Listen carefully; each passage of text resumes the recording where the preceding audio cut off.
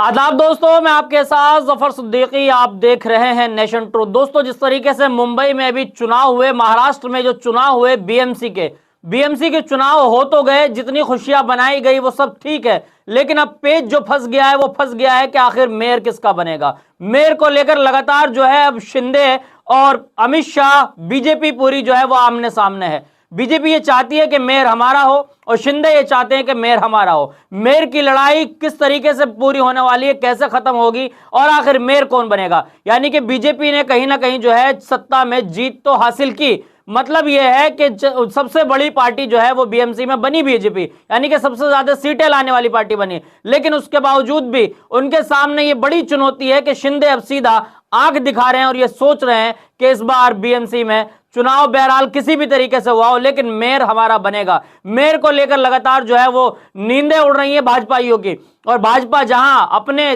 Seat को जीतने को लेकर जो है लेकर बंगाल से और आपके असम तक प्रधानमंत्री मोदी हो चाहे और तमाम नेता हो, अपनी जो है वो पीठ थपथपाते नजर आ रहे थे। समझ रहे थे हमने जो है बीएमसी में बड़ी जीत हासिल करी है, मेयर हमारा होगा। साथियों, बीएमसी क्या है? एक बड़ी खबर तो ये भी है कि बीएमसी को लेकर आखिर इतनी बड़ी लड़ाई क्यों है, क्योंकि बीएमसी का जो बजट है ना साथियों, वो कई राज्य ऐसे हैं जो छोटे छोटे से राज्य हैं, उन राज्यों का पूरा बजट इतना नहीं होता जितना मुंबई के यानी कि महाराष्ट्र के सिर्फ बीएमसी का बजट होता है। इसलिए यानी कि वहां एक मोटी रकम वाला हिसाब किताब है। आपको पता है कि तमाम जितने भी सेलिब्रिटी है सब मुंबई में रहते हैं, महाराष्ट्र में रहते हैं। महाराष्ट्र जो है वो फिल्मी दुनिया का एक बड़ा हब है। वहां पर जो मेयर का चुनाव है वो अपने आप में बहुत बड़ा मामला होता है, यानी कि एक बड़ी कमाई वाला क्षेत्र है। तो इसी पर जो है शिंदे ने अब सीधा ये कह दिया कि मुंबई में मेयर बीजेपी का बने ना बने, महायुति का जो है मेयर बनेगा। ये साफ फैसला सुना दिया। इंडियन एक्सप्रेस की खबर है, आपकी स्क्रीन पर लगा दे रहा हूं इंडियन एक्सप्रेस की खबर। साथियों, सोचिए कि कितनी बड़ी चुनौती। देश के प्रधानमंत्री हो, देश के गृह मंत्री हो, अब ये इस कले में फंस चुके हैं। वो ये सोच रहे हैं कि अगर मेयर इनका बना तो हमारा क्या है, हमने जो जीत हासिल करी हम किधर जाएंगे। तो ये तमाम सवाल उठ रहे हैं लगातार। लेकिन अब ये राजनीति सिर्फ यहीं तक नहीं बची है, राजनीति अब होटल तक पहुंच गई है। होटल से शायद आपको याद हो गया होगा, पहले भी ऐसा हुआ कि चुनाव को हाईजैक करने के लिए किस तरीके से जो है एमएलए को खरीदा जाता है, किस तरीके से होटल में लोगों को नजरबंद किया जाता है, इस तरह के तमाम मामले आते हैं। लेकिन इस बार जो मेयर का चुनाव हुआ है, यानी कि जो बीएमसी के चुनाव हुए हैं, बीएमसी का चुनाव भी इस बार होटल की राजनीति तक पहुंच चुका है। होटल की राजनीति क्या है? एबीपी न्यूज की खबर है, मुंबई में मेयर के सस्पेंस के बीच ताज होटल में खाना खाने जाएंगे संजय राउत, यहीं रुके हैं शिंदे के पार्षद। सोचिए साथियों, शिंदे के पार्षद जहां रखे गए हैं, रोके गए हैं या खाना खिलाने के लिए बुलाए गए हैं, वहीं उसी होटल में संजय राउत पहुंच रहे हैं। अब कहीं ना कहीं राजनीति में हलचल तेज होनी तो बिल्कुल स्वाभाविक है। महाराष्ट्र के मुंबई में बीएमसी चुनाव के बाद मेयर के सस्पेंस के बीच होटल पॉलिटिक्स तेज हो गई है। संजय राउत के ताज लैंड्स एंड होटल जाने के बयान से शिवसेना ठाकरे शिंदे गुट की राजनीति को फिर चर्चा में ला दिया है।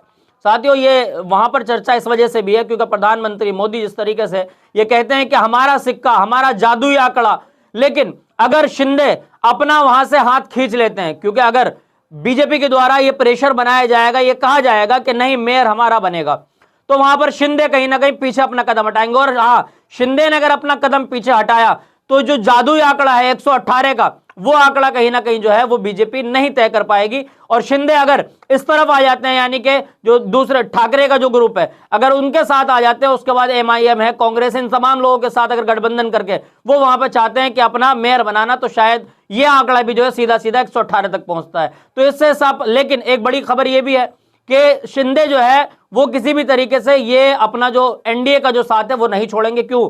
क्योंकि वो डिप्टी सीएम है। डिप्टी सीएम का पद उनको छोड़ना पड़ेगा इसके बीच। तो डिप्टी सीएम का पद कहीं ना कहीं वो भी अपने आप में बहुत बड़ा पद है। तो साथियों, जो खबर है ये मामला सीधा जो है वो ताज होटल तक पहुंच चुका है। ताज होटल में जो राजनीति चल रही है, अब महज 4 दिन का वक्त बचा है। 4 दिन के अंदर तय होना है कि कौन मेयर बनेगा, यानी कि 24 जनवरी तक ये तमाम हलचलें तेज रहेगी। इसी बीच खबर एक और है। खबर क्या है? आज तक की खबर है, शिंदे के लॉटरी सिस्टम से तय होगा कि मुंबई का मेयर ओबीसी होगा या कोई महिला। अब सोचिए, अब शिंदे जो है वो लॉटरी सिस्टम से तय करेंगे कि अब कोई पिछड़ी जाति का व्यक्ति जो है वो मेयर बनेगा या फिर कोई महिला बनेगी। तो जब सब कुछ शिंदे को तय करना है तो अमित शाह को चुनौती, और अमित शाह जो है ये सोच रहे हैं कि अब क्या होगा। लेकिन ये सब कुछ तय तो दिल्ली में होना है, क्योंकि मुंबई में भले ही चुनाव हुए लेकिन ये सारी जो कमान दी जाएगी, जो यहां से जो है कमान देकर वहां पर प्ले किया जाएगा, वो प्ले दिल्ली से होगा।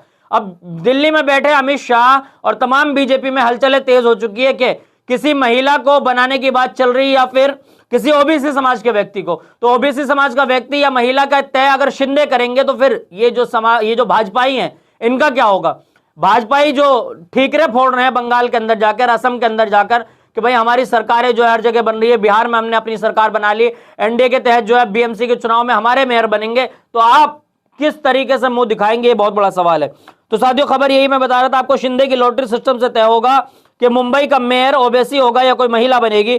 आज तक की खबर है महाराष्ट्र में बीएमसी समेत 29 नगर निगम चुनाव में बीजेपी का पल्ला भले ही भारी रहा हो, लेकिन मुंबई के मेयर का फैसला डिप्टी सीएम एकनाथ शिंदे के हाथ में है। शिंदे की लॉटरी सिस्टम से तय होगा कि मुंबई का मेयर महिला होगी या फिर कोई ओबीसी। ये साफ है कि भाई ये जो किसके हाथ में, ये प्रधानमंत्री मोदी के हाथ में भी नहीं है और अमित शाह के हाथ में भी नहीं है, ये एकनाथ शिंदे के हाथ में जो कि डिप्टी सीएम है। अब डिप्टी सीएम और वहां जो सीएम है फडणवीस दौरे पर हैं, फडणवीस बाहर घूम रहे हैं, फडणवीस का क्या साथ छोड़ देंगे एकनाथ शिंदे, ये भी एक सस्पेंस है। अगर यहां पे ये अपना मेयर बनाना चाहते हैं तो इनको कहीं ना कहीं डिप्टी सीएम की कुर्सी को लात मारनी पड़ेगी। लेकिन डिप्टी सीएम की कुर्सी भी कोई छोटी कुर्सी नहीं है। उस डिप्टी सीएम की कुर्सी पे जो एकनाथ शिंदे बैठे हैं, लेकिन अगर उसका वही है कि मतलब चित भी अपनी और पट भी अपनी, इस तरह का जो है वहां पर राजनीति चल रही है। अब एकनाथ शिंदे के सामने ये भी चुनौती है कि अगर वो सबका साथ छोड़कर, यानी कि एनडीए का साथ छोड़कर अगर सीधा हाथ थामते हैं वो तमाम दलों के, जो दल छोटे छोटे हैं जिन्होंने कम कम सीटें लाई, चाहे एमआईएम हो चाहे और तमाम हो, कांग्रेस हो, इन लोगों का हाथ थामते हैं तो कहीं ना कहीं उनको डिप्टी सीएम के पद से हटा दिया जाएगा, क्योंकि भाई बगावत होगी तो फिर सही तरीके से होगी। तो इस बगावत में किस तरह का जो है किरदार निभाने जा रहे हैं शिंदे के हाथ में जो है ये चीजें हैं, शिंदे तय करेंगे।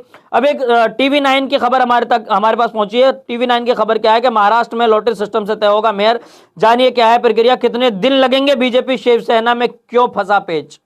कितने दिन लगेंगे? मैं समझता हूं 4 दिन ही लगेंगे। 4 दिन के अंदर सब कुछ तय हो जाएगा। यानी कि जो होटल की राजनीति चल रही है, क्या ताज होटल से तय होगा इस बार मेयर कौन बनेगा?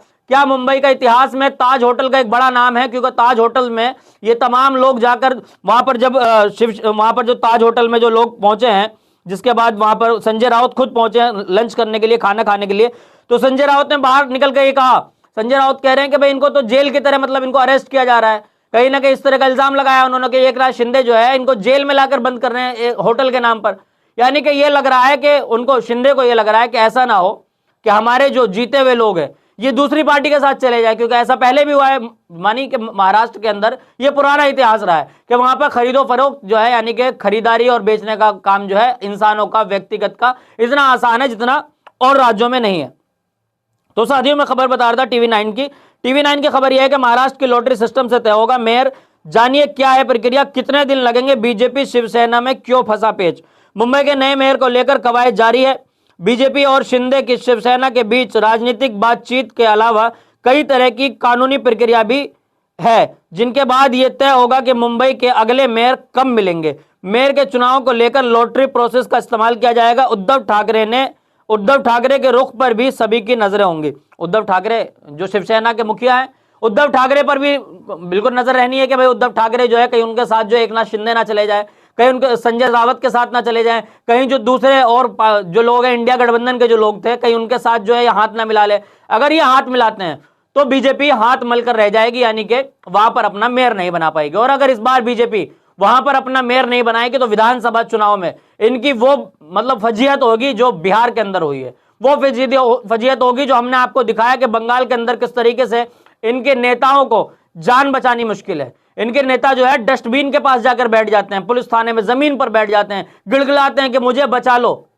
इससे पता चलता है कि भाजपा से देश की जनता नाराज है, प्रदेश की जनता नाराज है। लेकिन कुछ लोग हैं जो नफरती भाषणों में बहुत अच्छी तरीके से जो है इंटरेस्ट लेते हैं। बहुत सारे लोग हैं जो भाजपा के साथ खड़े भी हैं, ऐसा भी नहीं है कि बिल्कुल सफाया। जी हाँ साथियों, अगर मेयर इस बार एकनाथ शिंदे ने अपने हिसाब से तय किया तो इससे साफ पता चल जाएगा कि प्रधानमंत्री मोदी हो चाहे गृह मंत्री अमित शाह हो, इनकी कुछ नहीं चलने वाली है। और अगर संजय राउत ने यहां पर जो है अगर बगावत कर दिया, यानी कि संजय राउत ने अगर किसी भी तरीके से उसी होटल में बैठ के एकनाथ शिंदे से बातचीत कर ली, यानी कि अगर एकनाथ शिंदे इनके साथ आ गए तो मेयर का पल्ला जो है वो दूसरी तरफ 118 हो जाएगा। और 118 की लड़ाई है, यानी कि वहां पर मेयर बनाने के लिए 118 ही के आंकड़े की जरूरत है। अगर 118 तक एकनाथ शिंदे के मतलब बगैर एकनाथ शिंदे अगर मतलब बीजेपी को छोड़कर इधर आ जाते हैं तो फिर क्या होगा। यानी कि महाराष्ट्र के अंदर इस बार मेयर के चुनाव में एक बड़ा उलटफेर देखने को मिल रहा है, लेकिन लगातार हमारी नजरें इस पर बनी रहेगी कि एकनाथ शिंदे क्या करेंगे, संजय राउत क्या करेंगे, चाहे